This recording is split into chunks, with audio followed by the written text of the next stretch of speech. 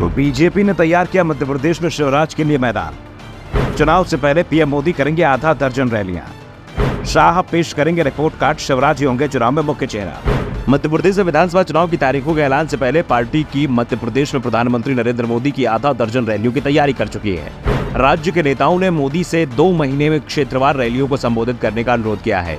केंद्रीय चुनाव समिति की बैठक में भी इस मामले को उठाया गया था और कहा जा रहा है कि बीजेपी हाईकमान ने राज्य के नेताओं की बात पर सकारात्मक रुख दिखाया है।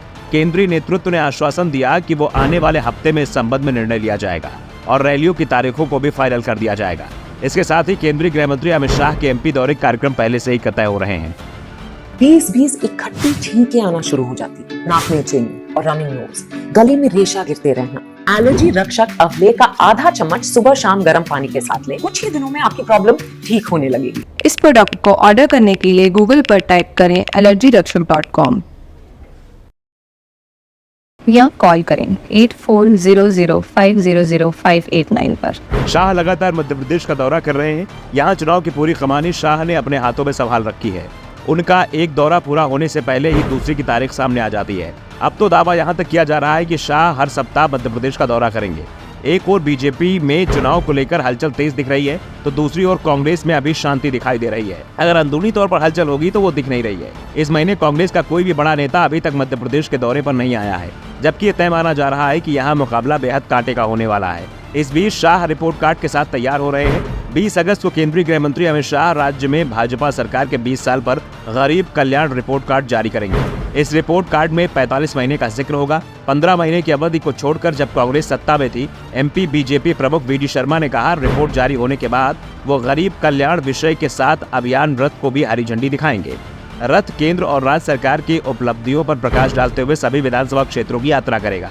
लॉन्च के बाद शाह और सीएम शिवराज सिंह चौहान भाजपा राज्य कार्यकारिणी की विस्तारित बैठक में हिस्सा लेने के लिए ग्वालियर जाएंगे। बैठक में राज्य से केंद्रीय मंत्रियों के अलावा विधायकों, जिलाध्यक्षों और करीब 1200 पार्टी पदाधिकारियों को आमंत्रित किया गया है। बता दें कि 2018 के चुनाव में कांग्रेस ने ग्वालियर चंबल क्षेत्र में अच्छा प्रदर्शन किया था। इस बार पार्टी यहां ज्यादा से ज्यादा सीटों पर जीत का परचम लहराना चाहती है।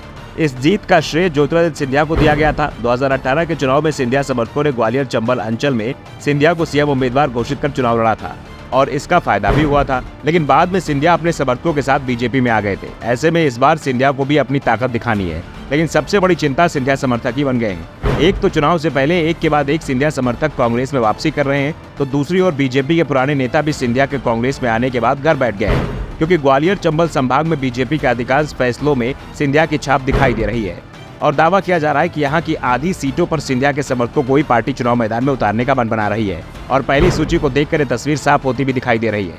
पहली सूची में वहां से उम्मीदवार उतारे गए हैं जहां पिछले 2 बार से बीजेपी चुनाव हार रही है और इन सीटों में भी 2 सीटों पर सिंधिया के करीबियों को टिकट दिया गया है। वैसे सिंधिया का एक अनुरोध जरूर पार्टी ने स्वीकार कर लिया था कि उनके प्रभाव वाली सीटों पर उम्मीदवार पहली सूची में घोषित नहीं किए जाए।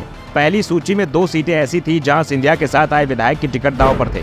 सुमावली सीट से एंदल सिंह कंसाना टिकट लेने में कामयाब रहे, वो सिंधिया के करीबी है, लेकिन गोहद सुरक्षित सीट पर बीजेपी ने अपने कद्दावर नेता लाल सिंह आर्य पर दाव लगाया और उनके टिकट को जारी करने से पहले ही सिंधिया की सहमति भी ले ली गई थी। Bureau report, the Navdarpan news.